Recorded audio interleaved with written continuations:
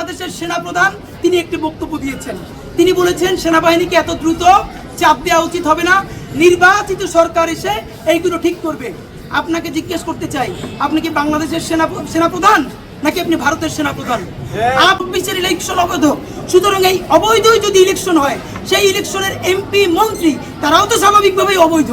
তাহলে এখনো প্রজ্ঞাপন জারি করে কেন কারাগারে তাদের ডিভিশন বাতিল করা হয় না? আপনারা জানেন এখনো তাদেরকে কারাগারে ডিভিশন দেওয়া হচ্ছে। আমরা সরকারকে জানাতে চাই, অনতি বিলম্বে প্রজ্ঞাপন জারি করে এই খুনি ফ্যাসিস্ট আমলে যারা এমপি হয়েছে, মন্ত্রী হয়েছে, প্রত্যেকের কারাগারে ডিভিশন অতি দ্রুত বাতিল করতে হবে এবং তাদেরকে দুলাভাইয়ের মতো জামাইয়াদাই করে আদালতে আনা যাবে না। এরপরে যদি জামাইয়ের মতো নিয়ে আসেন, এরপরে যদি ছাত্র জনতা তাদেরকে ওখানে কোনো সিদ্ধান্ত গ্রহণ করে, তখন যদি কেউ মব মব বলে চিৎকার করেন, থুতু দিয়ে তাদেরকে ভাসাই দেওয়া হবে। গণহত্যা করেছে, খুন করেছে, এখন পর্যন্ত বিচারের নাম নাই। যারা খুন করেছে, গুলি করেছে, তারা মানুষের সামনে প্রকাশ্য দিবে, লোকে হাসি খেলে। এর থেকে বড় বেইজ্জতি বাংলাদেশের জন্য আর কিছু হতে পারে না। সুতরাং বন্ধুরা, আপনাদেরকে আমরা সংক্ষেপে দাবি করে জানাচ্ছি, মূল পয়েন্টে যাওয়ার আগে, 25শে ফেব্রুয়ারি জাতীয় শহীদ সেনা দিবস বর্ষাকায় যেটা অন্তর্ভুক্ত করা হয়েছে বাতিল করে অতি দ্রুত তাকে বর্ষাকায় অধিভুক্ত করতে হবে এবং স্বরাষ্ট্র উপদেষ্টাকে অতি দ্রুত দায় নিয়ে পদত্যাগ করলে শুধু হবে না, একই সাথে আইন উপদেষ্টা আজকে সকালে তিনি বলেছেন আপনাদের সামনে যে বিপ্লবোত্তর কোনো দেশে বা অভ্যুত্থানের পরে দেশ চালানো আসলে কঠিন। হ্যাঁ, আমরা তো বুঝি, এরকম ফ্যাসিবাদের পরবর্তী কেউ যদি দেশ চালাতে আসে তার জন্য কঠিন হবে। সেই কঠিন দেশে ডজনকে ডজন খুনি যাদেরকে ইন্টারপোল পর্যন্ত রেড অ্যালার্ট দিয়েছে, তাদেরকে আপনি ছেড়ে দিয়েছেন কোন আন্দোলনতে?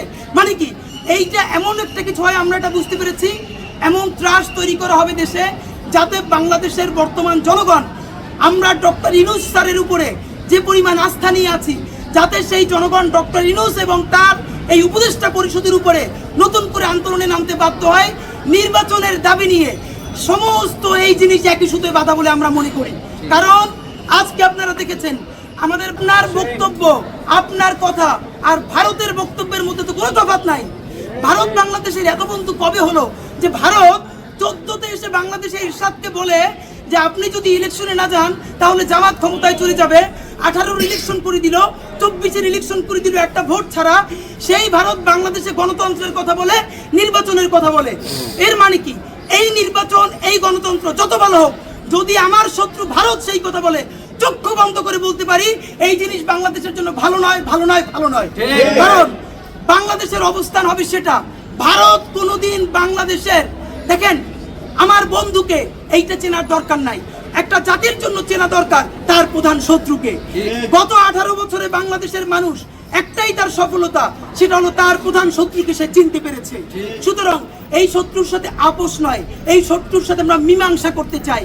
এই শত্রুর পায়ের কাছে বসে নয়, এই শত্রুর পাশের টেবিলে বসে চোখে চোখ রেখে আমার ন্যায্য হিস্সা আদায় করতে চাই। সুতরাং